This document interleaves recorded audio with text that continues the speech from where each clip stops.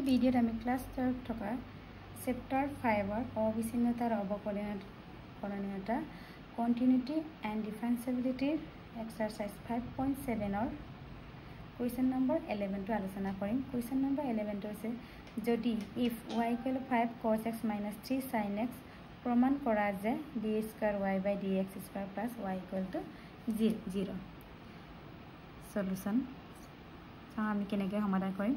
আমাক কি দিয়া আছে ফলনটো y = 5 cos x - 3 sin x। আমাক প্ৰথমে আমি চাও d²y/dx² আমাক প্লাস y = 0 ওলাব দিছে। এইটো আমি প্ৰথম ওলাওতে আগতে এইটোটা আমাৰ সেকেন্ড অৰ্ডাৰ দ্বিতীয় অবকলজ ওলাৰ আগতে আমি প্ৰথম অবকলজটো উলিয়াব লাগিব। এতিয়া x আপেক্ষে অবকলজ কৰি পাম তেনেহলে কিমান হ'ব dy/dx। এতিয়া 5 cos x ৰ ডিফাৰেন্সিয়েল আমাৰ কি হয় মাইনাস sin x, আকৌ 3 sin x ৰ ডিফাৰেন্সিয়েল আমাৰ cos x। তেনেহলে dy/dx কিমান পালো মাইনাস 5 sin x আকৌ মাইনাস 3 cos x। এইটো হৈছে আমাৰ ফাৰ্স্ট ডিফাৰেন্সিয়েল প্ৰথম অবকলজ। এটুকে আকৌ আমি কি কৰিম আকৌ ডিফাৰেন্সিয়েল কৰিম কাৰ আপেক্ষে x আপেক্ষে অবকলজ আকৌ কৰি পাওঁ তেনেহলে কিমান d²y/dx²।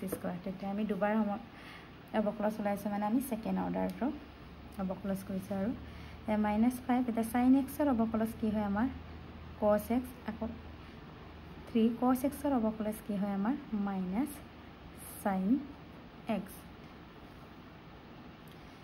এতিয়া -5 cos x মাইনাসে প্লাস 3 sin x। এটা আমি দ্বিতীয় অৰ্ডাৰটো উলিয়ালো, দ্বিতীয় অবকলজ কৰিলো। এতিয়া আমাক কি দিয়া আছে প্ৰশ্নটো উলিয়াব লাগে আমাৰ d²y/dx² + y = 0। এতিয়া চোৱা আমাৰ লেফট হেণ্ড সাইড কি লিখা আছে আমাৰ লেফট হেণ্ড সাইডটোত d²y/dx² + y। আমি এতিয়া বেলেগখিনি বহাই দিম। এতিয়া d²y/dx² আমি কি পাইছিলো -5 cos x + 3 sin x, আকৌ প্লাস y = আমি কি আছিল আমাৰ y = 5 cos x - 3 sin x, 5 cos x - 3 sin x। yes -5 cos x + 5 cos x cancel, 3 sin x - 3 sin x cancel, কিমান পালো আমাৰ 0। আমাৰ ৰাইট হ্যান্ড সাইডটো কিমান ওলাব লাগিছিল আমাৰ 0 আমি পাই গলো। তেনেহলে ৰাইট হ্যান্ড সাইড। এতিয়া নেক্সট আমাৰ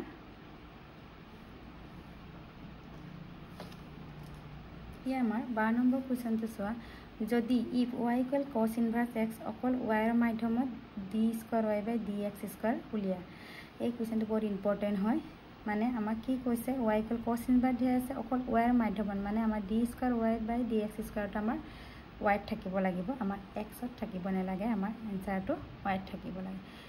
এই কুৱেশ্যনটো আমি কেনেকৈ সমাধান কৰোঁ চোৱা। আমাক কি দিয়া আছে y = cos inverse x। এতিয়া x আপেক্ষে আমি অবকলজ কৰি পাওঁ তেন্তে dy/dx cos inverse আমাৰ ডিফাৰেন্সিয়েল কৰিলে কি আছিল -1/√1 - x²। ইয়াত চোৱা আমাক কি দিয়া আছে y = cos inverse x। এই cos inverse এফালে আহিলে আমাৰ কি হ'ব cos y = x। এতিয়া x ৰ ঠাইত আমি কি বহাম cos y, ইয়াত বহাই দিম আমি। এতিয়া dy/dx -1/1 - x ৰ ভ্যালু আমাৰ কিমান cos y স্কয়াৰ আছে, আমি স্কয়াৰ দিব। এতিয়া চোৱা আকৌ -1/1 - cos স্কয়াৰ y আমাৰ ত্ৰিকোণমিতিৰ ফৰ্মুলা মতে কি আছিল আমাৰ sin স্কয়াৰ y। আকৌ square root of sin square y আমাৰ কি হ'ব sin y আকৌ 1 by sin to আমাৰ কি হ'ব minus cosec y তেনে আমি কি পালো dy by dx minus cosec y কিন্তু আমাক প্ৰশ্নটো কি ওলাব দিছে d square y by dx square আমি এতিয়ালৈকে পালো dy by dx equal to এটো আকৌ আমি কি কৰিম অবকলজ কৰিম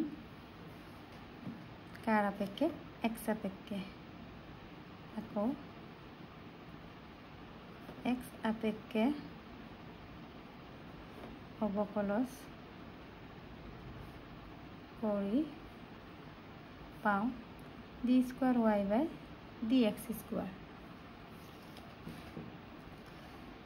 আকৌ ডিফাৰেন্সিয়েল অফ cosec y আমাৰ কি আছিলে already minus cosec y cot y আকৌ y কাৰ আপেক্ষে কৈছে আমি x আপেক্ষে তেনেহ'লে dy by dx এটা মাইনাসে প্লাস হল cosec y cot y আকৌ dy by dx আমি কি পাই থৈছিলো মাইনাস cosec y ইয়াত বহাই দিছো এতিয়া মাইনাস cosec y cosec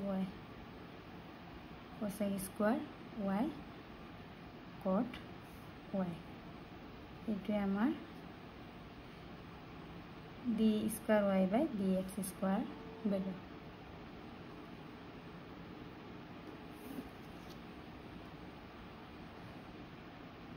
ভালকে চাই লও